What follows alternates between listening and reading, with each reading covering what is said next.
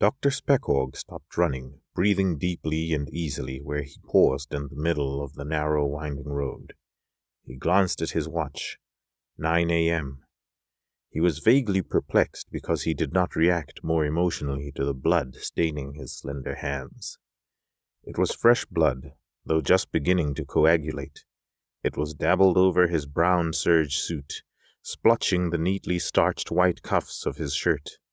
His wife always did them up so nicely with the peasant's love for trivial detail. He had always hated the silent ignorance of the peasants who surrounded the little college where he taught psychology. He supposed that he had begun to hate his wife too, when he realized, after taking her from a local barnyard and marrying her, that she could never be anything but a slow-eyed, shuffling peasant. He walked on with brisk health down the narrow dirt road that led toward Glen Oaks. Elm trees lined the road. The morning air was damp and cool. Dew kept the yellow dust settled where spots of sunlight came through leaves and speckled it. Birds darted freshly through thickly hung branches. He had given perennial lectures on hysterical episodes. Now he realized that he was the victim of such an episode. He had lost a number of minutes from his own memory. He remembered the yellow staring eyes of the breakfast eggs, gazing up at him from a sea of grease. He remembered his wife screaming. After that, only blankness. He stopped on a small bridge crossing Calvert's Creek, wiped the blood carefully from his hands with a green silk handkerchief. He dropped the stained silk into the clear water. Silver flashes darted up, nibbled the cloth as it floated down. He watched it for a moment, then went on along the shaded road. This was his chance to escape from Glen Oaks. That was what he had wanted to do ever since he had come here 5 years ago to teach. He had a good excuse now to get away from the shambling peasants whom he hated and who returned the attitude wholeheartedly. The typical provincial's hatred of culture and learning. Then he entered the damp, chilled shadows of the thick wood that separated his house from the college grounds. It was thick, dense, dark. One small corner of it seemed almost ordinary. The rest was superstition-haunted, mysterious and brooding. This forest had provided Dr. Spechaug many hours of escape. He had attempted to introspect, but had never found satisfactory causes for his having found himself through these woods at night in his bare feet, nor why he sometimes hated the sunlight. He tensed in the dark shadows. Someone else was in this forest with him. It did not disturb him. Whatever was here was not alien to him or the forest. His eyes probed the mist that slithered through the ancient mossy trees and hanging vines. He listened, looked, but found nothing. Birds chittered, but that was all. He sat down, his back against a spongy tree trunk, fondled dark green moss. As he sat there, he knew that he was waiting for someone. He shrugged. Mysticism was not even interesting to him ordinarily. Still, though a behaviorist, he upheld certain instinctual motivation theories, and though reluctantly, he granted Freud contributory significance. He could be an atavist, a victim of unconscious regression, or a prey of some insidious influence, some phenomena a rather childish science had not yet become aware of. But it was of no importance. He was happier now than he had ever been. He felt free, young and new. Life seemed worth living. Abruptly, with a lithe, liquid ease, he was on his feet, body tense, alert. Her form was vaguely familiar as she ran toward him. She dodged from his sight, then reappeared as the winding path cut behind screens of foliage. She ran with long, smooth grace, and he had never seen a woman run like that. A plain skirt was drawn high to allow long bronze legs free movement. Her hair streamed out, a cloud of red gold. She kept looking backwards, and it was obvious someone was chasing her. He began sprinting easily toward her. and as the distance shortened, he recognized her. Edith Bailey, a second-year psychology major who had been attending his classes 2 semesters. Very intelligent, reclusive, not a local-grown product. Her work had a grimness about it, as though psychology was a dire obsession, especially abnormal psychology. One of her theme papers had been an exhaustive, mature, but somehow overly determined treatise on self-induced hallucination and autosuggestion. He had not been too impressed because of an unjustified emphasis on supernatural myth and legend, including werewolves, vampires, and the like. She sprang to a stop like a cornered deer as she saw him suddenly blocking the path. She turned, then stopped, and turned back slowly. Her eyes were wide, cheeks flushed. Taut breasts rose and fell deeply, and her hands were poised for flight. But she wasn't looking at his face. Her gaze was on the blood splattering his clothes. He was breathing deeply too. His heart was swelling with exhilaration.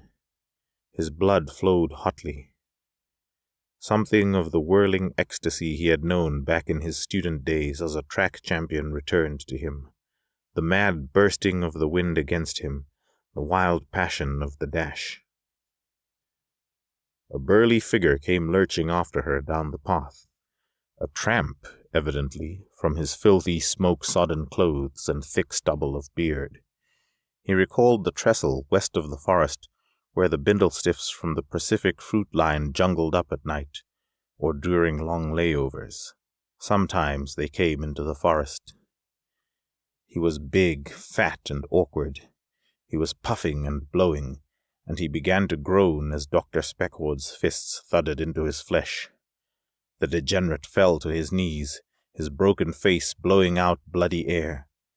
Finally, he rolled over onto his side with a long, sighing moan, lay limply, very still. Dr. Spechaug's lips were thin, white, as he kicked savagely. He heard a popping. The bum flopped sideways into a pile of dripping leaves. He stepped back, looked at Edith Bailey. Her full red lips were moist and gleaming. Her oddly opaque eyes glowed strangely at him. Her voice was low, yet somehow very intense. "Wonderful laboratory demonstration, Doctor. But I don't think many of your student embryos would appreciate it." Dr. Spechaug nodded, smiled gently. "No, an unorthodox case." He lit a cigarette, and she took one. Their smoke mingled with the dissipating morning mist, and he kept on staring at her. A pronounced sweater girl with an intellect. This he could have loved. He wondered if it were too late. Dr. Spechaug had never been in love. He wondered if he were now, with this fundamental, archetypal beauty. "By the way," he was saying, "what are you doing in this evil wood?" Then she took his arm, very naturally, easily. They began walking slowly along the cool, dim path. "Two principal reasons. One, I like it here. I come here often. 2, I knew you always walk along this path, always late for your 8 o'clock class. I've often watched you walking here. You walk beautifully." He did not comment. It seemed unnecessary now. "The morning's almost gone," she observed. "The sun will be out very warm in a little while. I hate the sun." On an impulse he said, "I'm going away. I've wanted to get out of this obscene nest of provincial stupidity from the day I first came here, and now I've decided to leave." "What are you escaping from?" He answered softly, "I don't know. Something Freudian, no doubt. Something buried deep. Something too distasteful to recognize." She laughed. "I knew you were human and not the cynical pseudo-intellectual you pretended to be. Disgusting, isn't it?" "What?" "Being human, I mean." "I suppose so. I'm afraid we're getting an extraordinarily prejudiced view. I can't help being a snob here. I despise and loathe peasants. And I, she admitted. Which is merely to say, probably, that we loathe all humanity. Tell me about yourself, he said finally. Gladly. I like doing that, to one who'll understand. I'm 19. My parents died in Hungary during the war. I came here to America to live with my uncle, but by the time I got here, he was dead too, and he left me no money, so there was no sense being grateful for his death. I got a part-time job and finished high school in Chicago. I got a scholarship to this place. Her voice trailed off. She was staring at him. Hungary, he said and repeated it. Why? I come from Hungary. Her grip on his arm tightened. I knew, somehow. I remember Hungary, its ancient horror. My father inherited an ancient castle. I remember long, cold corridors and sticky dungeons and cobwebbed rooms thick with dust. My real name is Berman. I changed it because I thought Bailey more American. Both from Hungary, mused Dr. Spechaug. I remember very little of Hungary. I came here when I was 3. All I remember are the ignorant peasants, their dumb, blind superstition, their hatred for— You're afraid of them, aren't you? She said. He started. The peasants? Aye. He shook his head. Perhaps. You're afraid, she said. Would you mind telling me, Doctor, how these fears of yours manifest themselves? He hesitated. They walked. Finally he answered, I've never told anyone but you. They are hidden fears, and they reveal themselves consciously in the absurd fear of seeing my own reflection, of not seeing my shadow, of— She breathed sharply. She stopped walking, turned, stared at him. Not seeing your reflection. He nodded. Not seeing your shadow. Yes. And the full moon? A fear of the full moon, too? But how did you know? And you're allergic to certain metals, too? For instance, silver? He could only nod. And you go out in the night sometimes, and do things, but you don't remember what? He nodded again. Her eyes glowed brightly. I know. I've known those same obsessions ever since I can remember. Dr. Spechaug felt strangely uneasy then, a kind of dreadful loneliness. Superstition, he said. Our old-world background, where superstition is the rule, very old superstition, frightened by them when we were young. Now those childhood fixations reveal themselves in crazy symptoms. He took off his coat, threw it into the brush. He rolled up his shirt sleeves. No blood visible now. He should be able to catch the little local passenger train out of Glen Oaks without any trouble. But why should there be any trouble? The blood. He thought, too, that he might have killed the tramp, that popping sound. She seemed to sense his thoughts. She said quickly, I'm going with you, Doctor. He said nothing. It seemed part of the inevitable pattern. They entered the town.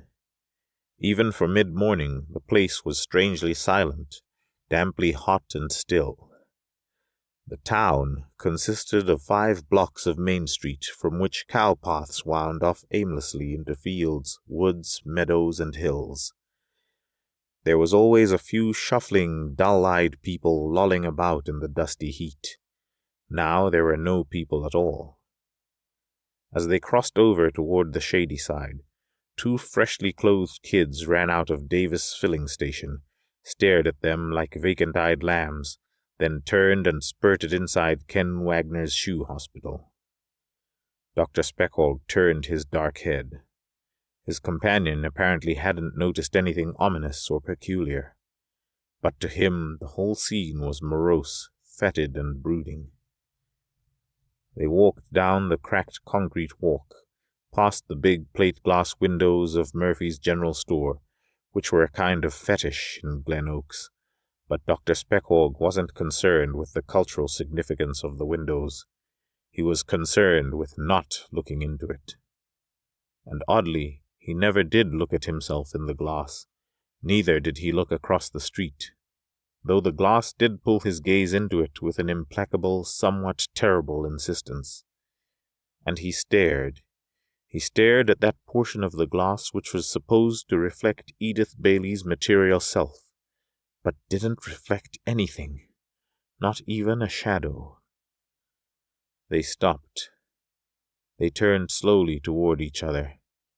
He swallowed hard, trembled slightly, and then he knew deep and dismal horror. He studied that section of glass where her image was supposed to be. It still wasn't. He turned, and she was still standing there. "Well?" And then she said in a hoarse whisper, "Your reflection. Where is it?" And all he could say was, "And yours?" Little bits of chuckling laughter echoed in the inchoate madness of his suddenly whirling brain. Echoing years of lecture on cause and effect, logic, little bits of chuckling laughter. He grabbed her arm. We can see our own reflections, but we can't see each other's." She shivered. Her face was terribly white. What is the answer?" No, he didn't have it figured out. Let the witches figure it out. Let some old forbidden books do it. Bring the problem to some warlock, but not to him. He was only a doctor of philosophy and psychology. But maybe... "Hallucinations," he muttered faintly. "Negative hallucinations." "Doctor, did you ever hear the little joke about the two psychiatrists who met one morning and one said, 'You're feeling excellent today. How am I feeling?'" He shrugged. "We have insight into each other's abnormality, but we are unaware of the same in ourselves." "That's the whole basis for psychiatry, isn't it?" "In a way, but this is physical, functional. When psychiatry presents a situation where..." His voice trailed off. "I have it figured this way." How eager she was. Somehow, it didn't matter much now to him. "We're conditioned to react to reality in certain accepted ways. For instance, that we're supposed to see our shadows, so we see them.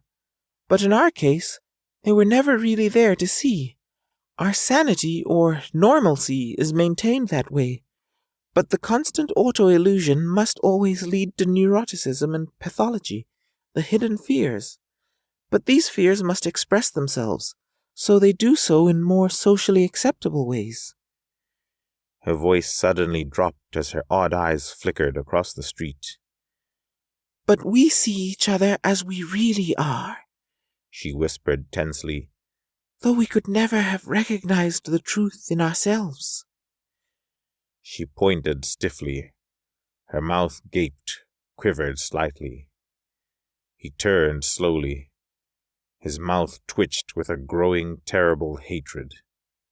They were coming for him now. 4 men with rifles were coming toward him.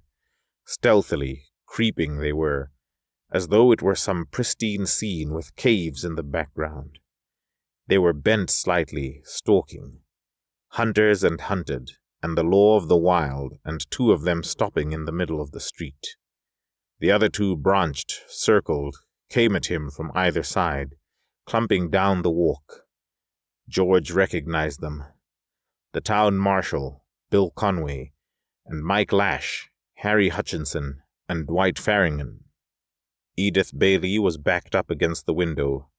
Her eyes were strangely dilated, but the faces of the 4 men exuded cold animal hate and bloodlust. Edith Bailey's lips said faintly, What are we going to do?" He felt so calm. He felt his lips writhe back in a snarl. The wind tingled on his teeth. I know now, he said. I know about the minutes I lost. I know why they're after me. You'd better get away. But why the guns? I murdered my wife. She served me greasy eggs. God, she was an animal, just a dumb beast. Conway called, his rifle crooked in easy, promising grace. All right, Doc, come on along without any trouble. Though I'd just as soon you made a break. I'd like to shoot you dead, Doctor. And what have I done exactly? Said Dr. Spechaug. He's hog wild, yelled Mike Lash. Cutting her all up that way? Let's string him up. Conway yelled something about a fair trial, though not with much enthusiasm. Edith screamed as they charged toward them, a wild, inhuman cry. Dr. Spechaug's eyes flashed up the narrow street. Let's go, he said to Edith Bailey. They'll see running they've never seen before. They can't touch us. They ran. They heard the sharp crack of rifles. They saw the dust spurting up. Dr. Spechaug heard himself howling as he became aware of peculiar stings in his body. Queer, painless, deeply penetrating sensations that made themselves felt all over his body, as though he was awakening from a long paralysis. Then the mad yelling faded rapidly behind them. They were running, streaking out of the town with inhuman speed. They struck out in long, easy strides across the meadow toward the dense woods that brooded beyond the college. Her voice gasped exultingly. They couldn't hurt us. They couldn't. They tried. He nodded, straining eagerly toward he knew not what, nosing into the fresh wind. How swiftly and gracefully they could run. Soon they lost themselves in the thick, dark forest. Shadows hid them. Days later, the moon was full. It edged over the low hill flanking Glen Oaks on the east. June bugs buzzed ponderously like armor-plated dragons toward the lights glowing faintly from the town. Frogs croaked from the swampy meadows and the creek. They came up slowly to stand silhouetted against the glowing moon, nosing hungrily into the steady aromatic breeze blowing from the Conway farm below. They glided effortlessly down, then across the sharp-bladed marsh grass, leaping high with each bound. As they came disdainfully close to the silent farmhouse, a column of pale light from a coal-oil lamp came through the living-room window and haloed a neglected flower-bed. Sorrow and fear clung to the house. The shivering shadow of a gaunt woman was etched against the half-drawn shade. The two standing outside the window called. The woman's shadow trembled. Then a long, rigid finger of steel projected itself beneath the partially raised window. The rifle cracked almost against the faces of the two. He screamed hideously as his companion dropped without a sound, twitching. He screamed again and began dragging himself away toward the sheltering forest. Intently and desperately, the rifle cracked again. He gave up then. He sprawled out flatly on the cool, damp, moon-bathed path. His hot tongue lapped feverishly at the wet grass. He felt the persistent impact of the rifle's breath against him, and now there was a wave of pain. The full moon was fading into black mental clouds as he feebly attempted to lift his bleeding head. He thought with agonized irony, "Provincial fools! Stupid, superstitious idiots! And that damned Mrs. Conway, the most stupid of all! Only she would have thought to load her dead husband's rifle with silver bullets! Damned peasants!" Total darkness blotted out futile reverie.